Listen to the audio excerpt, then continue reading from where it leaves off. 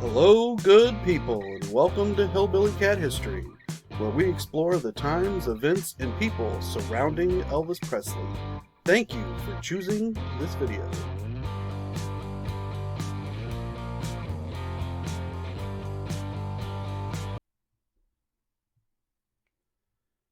Before Elvis, how his mother Gladys found strength and a new home in East Tupelo. With her personal discoveries of the wonders of Tupelo, Gladys stepped into a new world, one filled with opportunity, challenges, and the kind of community she'd always longed for. As Elvis Presley's mom, at the age of 19, acclimated to working at an industrial sewing machine producing men's work shirts in a factory, she cultivated new friends, expanded her knowledge of city life, and began dreaming that she, too, might live in Tupelo. Most of the Tupelo Garment Center's sewing machine operators were young women, about Gladys's age. For Gladys, the social aspects were similar to all the things she loved best about school as a child. Friends and stories and fun and gossip every single day, although coupled with hard work. As a woman who had created and sewn her own clothes for years, Gladys immediately noted the other ladies wore dresses with fashion touches, such as flared collars, belts in a variety of lively colors, and slim knotted ties, creating an outfit which equaled more than the sum of its parts.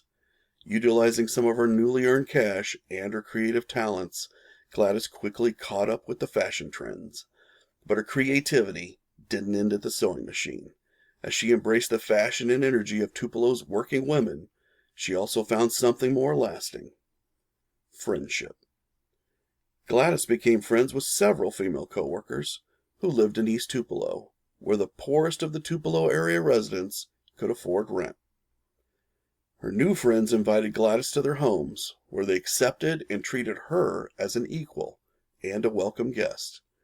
Gladys fell in love with East Tupelo. She could be happy living here with her own rocking chair, on her own front porch, on her own little wood frame house, just like the others in the neighborhood. At this time, East Tupelo was separate from the city of Tupelo, with the only thing they shared being the word Tupelo. It was cheaper to live in East Tupelo, where the houses were not as large or nice as the wealthier parts of Tupelo, but it was further to walk if you worked in Tupelo proper. Despite its lack of amenities, East Tupelo had something more important to Gladys: community. It was here that Gladys found extended family and spiritual support. East Tupelo was home to a new congregation of the First Assembly of God Church, pastored by Edward Parks and Gladys's 46-year-old uncle, Gaines Mansell, husband of Doll's sister Ada. The church was so new they did not have a building, meeting in a large tent referred to as a tabernacle. If you are enjoying this look at the early life of Gladys Presley, including her religious convictions, and you would like to hear more about the spiritual side of Elvis after we finish this chat, please consider viewing Hillbilly Cat History's guest appearance on the Those Elvis Girls channel on YouTube, and learn about the many Bibles which Elvis Presley owned, was gifted, and gifted to others. Elvis believed when a person talked with another about Christianity, when they discussed their own religious experiences, when they shared the Bible with others, they truly cared. Elvis truly cared. If you would like to hear more about Elvis's Bibles than is shared in the recommended video, please leave a comment below so your voice is heard. Also living in East Tupelo was Gladys's uncle, Sim Eckford Mansell, Doll's 50-year-old brother. Gaines and Sim helped Gladys find a house to rent in East Tupelo on Kelly Street. Gladys reunited her immediate family with her mother Doll and siblings Tracy, Cletus, and Johnny, all living together once again under one roof. 15-year-old Tracy, unable to hear, and 10-year-old Johnny soon found employment on farms within reasonable walking distance of their Kelly Street home. Doll's health, always precarious, began to decline before the move, and she continued to worsen as they settled into East Tupelo. 13-year-old Cletus was too young to work at the garment factory with Gladys, where the minimum age of employment was 16, so she labored at home, caring for 56-year-old doll, confined to bed for at least the past 28 years. Reverend Gaines Mansell and his wife Ada visited Doll often, bringing her the comfort of family and religion. After years of hardship and loss, something rare and precious began to take root: stability. Gladys's hard work and determination had brought her family not just shelter, but unity. For the first time since her father's death, Gladys walked into a home filled with all the familiar voices, shared meals, and laughter.